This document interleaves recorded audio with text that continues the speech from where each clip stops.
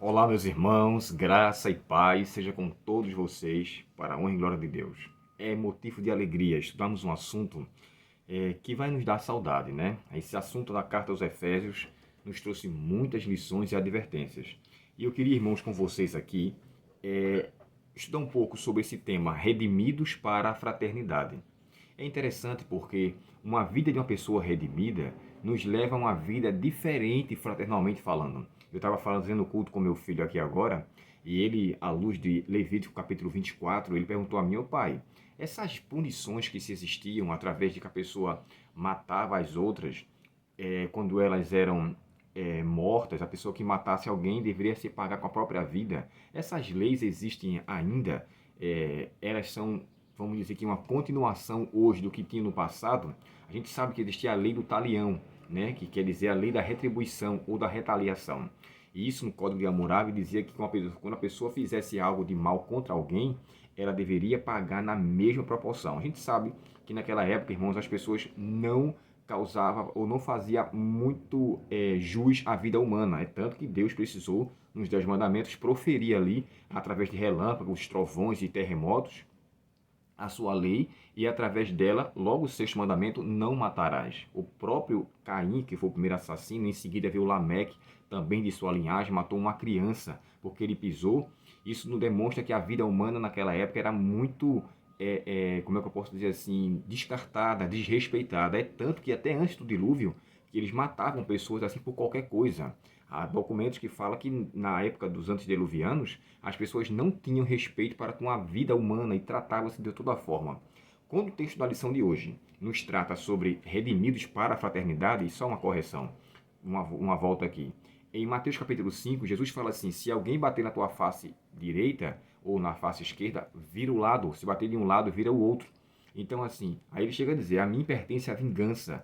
Não digas no teu coração, vingar-me-ei do mal. E aí, falando sobre vingança, eu deixei claro para o meu filho que hoje as coisas devem ser resolvidas de forma pacífica, de forma diferenciada. É por isso que o texto fala, né? Bem-aventurados os pacificadores, porque serão chamados filhos de Deus. E é nesse contexto introdutório, filhos de Deus, que eu vejo a expressão redimidos para a fraternidade. É ter uma relação íntima diferente com os outros. Se ontem eu era vingativo, hoje eu não serei mais. Se ontem eu era uma pessoa que tinha desejo de causar justiça, de fazer justiça com minhas próprias mãos, pela minha remissão em Cristo eu não realizo mais isso. Porque agora eu fui salvo para ter uma vida fraternal diferente. E essa vida, irmãos, mesmo que as pessoas não concordem, não me aceitem, não queiram, não deve fazer delas para mim um inimigo. Eu tenho que fazer valer o que Paulo disse aos Hebreus: seguir a paz com todos e a santificação. Então são duas coisas que devem andar em conjunto: a santificação, a paz e a santificação. E aqui, quando eu vejo essa expressão, eu entendo o seguinte, de forma bem rápida: a carta de Paulo aos Efésios, irmãos, principalmente no capítulo 2, é o tema mais central, né? Pela graça sois salvos, e essa era a causa.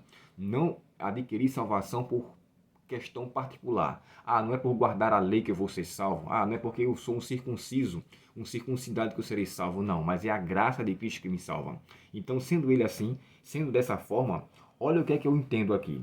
A salvação de Cristo, irmãos, nos uniu entre nós e Deus e nos trouxe uma relação diferente entre nós e os seres humanos. E sendo dessa maneira, eu vejo como eu devo me tornar através da remissão que Cristo me concedeu.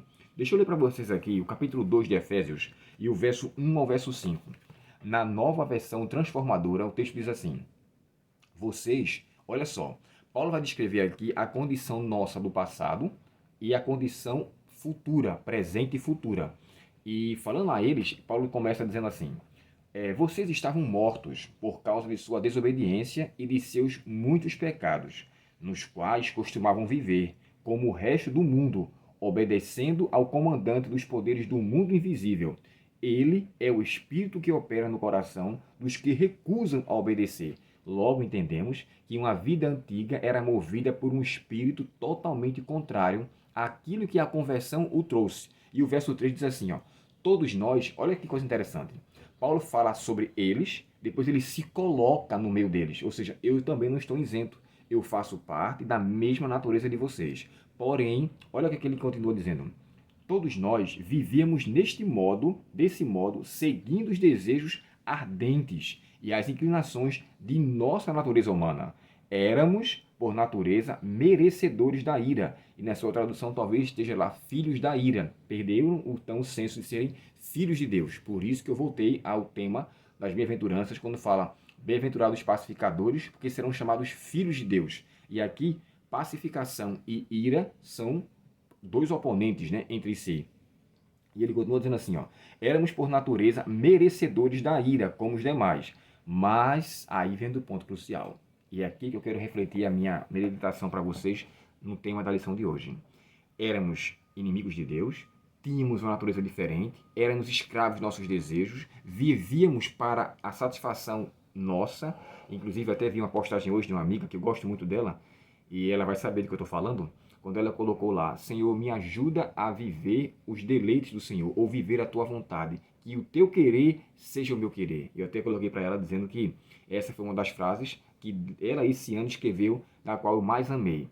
O nosso desejo maior, irmãos, é ter uma natureza transformada, uma natureza diferente, uma natureza onde Deus atue e nós possamos simplesmente demonstrar a atuação dele em nossa vida. Se assim o fizermos, seremos muito mais felizes. Então, assim, eu apelo aqui ao meu coração e ao seu, que possamos viver, na verdade, com esse propósito. E deixa-me eu só ser mais assim, enfático com a mensagem da irmã. Consagre ao Senhor, ela colocou aqui, é um texto de Provérbios 16:3. Consagre ao Senhor tudo o que você faz, e os seus planos serão bem-sucedidos. Provérbios 16 e o verso 3. Então, assim, se eu consagro a Deus, uma vida de conversão será constante na minha vida. E aqui eu vejo a seguinte frase, na parte final. Éramos inimigos de Deus, amigos dos prazeres, ardentes em desejos e condições das quais o pecado me prende, mas aí Paulo dá como é que eu posso dizer assim, um escape.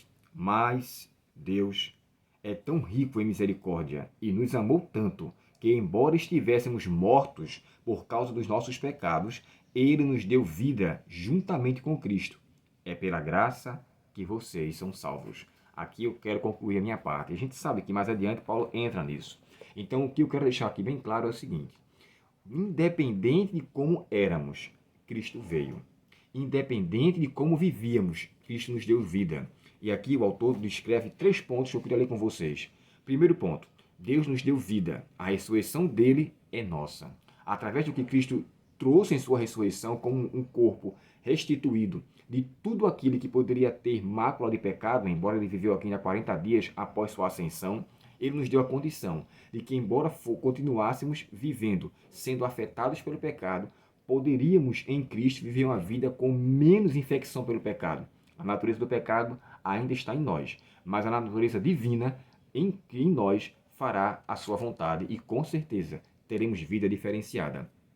O segundo tópico, ele fala assim, exaltou-nos com Cristo. A ascensão de Cristo é nossa. Através da condição de Cristo, né, em sua ascensão, nossa vida é levantada, nossa vida é reerguida. Nós podemos dizer que estamos em pé, em paz, diante de Cristo. E o terceiro e último tópico, no céu ele nos fez assentar com Cristo. A coroação de Cristo, e aí entra o Salmo 24, né? Quando ele é bem recebido lá, essa coroação também é nossa. E aqui eu faço o apelo. Vivamos com essa ascensão, com essa vida que nos foi concedida e aqui com essa exaltação que ele nos deu. Cristo foi exaltado, ascendido e trouxe-nos vida. Que assim vivamos unicamente por ele e para ele. E que o Deus da paz esteja conosco. Oremos ao Senhor. Querido Pai Celestial, graças te damos, Senhor, pela natureza de Cristo implantada em nós, pela tua graça e bondade. Nada poderemos fazer para sermos salvos, mas Cristo, em sua bondade, ao ter estabelecido o plano da redenção em nossa vida, veio aqui neste mundo nos dar a eterna salvação. Senhor, muito obrigado para isso. Não temos como te agradecer, Pai, mas por favor, nos ajuda a vivermos à luz da altura da tua vontade. Salva-nos, ó Pai, a cada dia, nos resgata de nossa natureza e nos livra do poder do mal, Senhor. Te pedimos em nome de Jesus. Amém.